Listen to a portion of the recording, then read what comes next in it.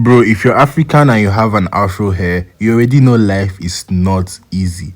Because people think Afro hair is just hair. No, Afro hair is a lifestyle, a struggle, and a daily battle.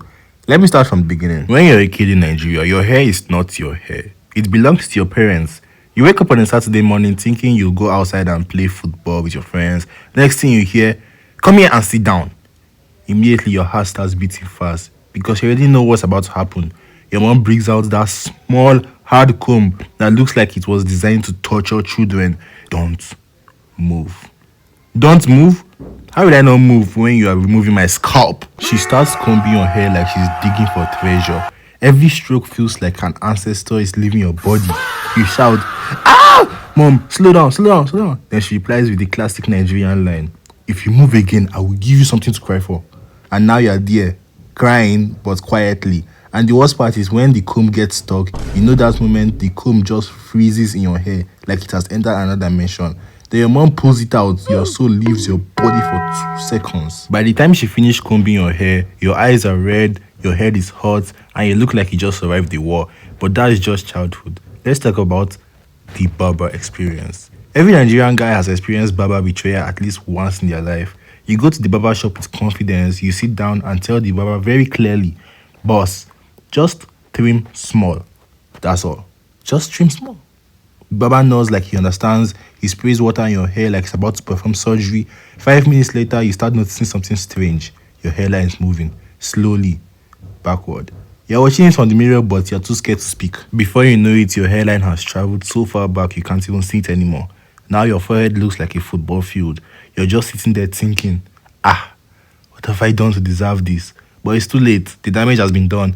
You go home to your friends and they see you. Nobody says anything at first. They just look at you and then they start laughing. Guy, why your barber hates you like this? And deep down, you know the truth. You told him, trim small, but he gave you a military haircut. Now, let's talk about something every Afro head person understands. Shrinkage. Afro hair is the biggest scam in the hair world. When your hair is picked out, it looks long, you feel confident, you're looking fresh, then you decide to wash it. Mistake. The moment water touches your hair, it starts shrinking like a fighting snail. Your nice Afro hair that looked like a crown suddenly turns into a tiny confused bush. You look into the mirror, wondering, where did my hair go? Yesterday it was big. Today it looks like you borrowed hair from a primary school student. And people will still have audacity to ask you, did you cut your hair? No, bro, I did not cut my hair. But we cannot talk about Afro hair without mentioning the hair sponge. The magical sponge that every Nigerian guy depends on. That sponge that can transform your hair from "I just woke up" to "fresh guy" in 2 minutes. But the real problem starts when you lose the sponge. Suddenly, your hair refuses to cooperate. You're in the room, searching everywhere, under your bed, inside bags, even checking the bathroom. Because without that sponge, your hair just looks like an abandoned bush. And in desperation, you start using any random sponge you see in the house. Bathing sponge, kitchen sponge. At that point, you don't even care anymore. You just need your hair to behave. But let's talk about the worst enemy of Afro hair. The rain. You can spend 30 minutes styling your hair perfectly, picking it, sponging it, looking fresh, then rain starts falling. Just one drop touches your hair, everything collapses. Your Afro that was standing proudly 5 minutes ago suddenly looks tired and confused. You reach your destination looking like you fought a battle of some sort. But the funniest struggle is when people want to touch your hair. Let me tell you something about my hair. My hair is really soft, so like it loses its shape easily. Like even leaning on the window makes my hair look like this. So now, some people cannot just control themselves. They see Afro hair and immediately their hands start moving. Wow, your hair is so soft though. Before you know it, they are pressing your head like they're testing bread or something. Now your hairstyle is ruined. You're just standing there smiling awkwardly. But the biggest struggle of all is African parents and Afro hair. African parents believe every hairstyle is too much hair. They look at you and say, the hair is too big.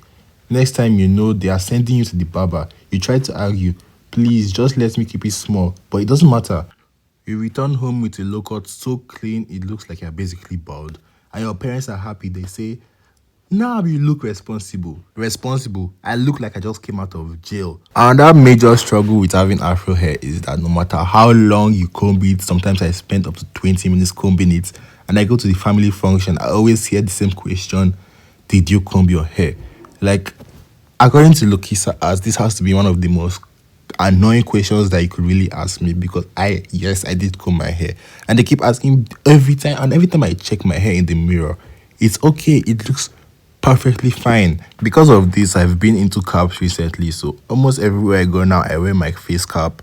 But the only thing about this is that it's almost like a one-time contract, because once you put that cap on your hair, you're basically telling yourself you're not going to remove it until you're back from wherever you're going, because it's going to take the shape of the hat. Like if you take it off, it's going to look like this. So try out your own risk, I guess. So for all the youngins out there that are planning to keep an afro, just know you're signing up for a lifetime of barber betrayal, comb pain, random people touching your hair, and parents threatening to send you for a low cut.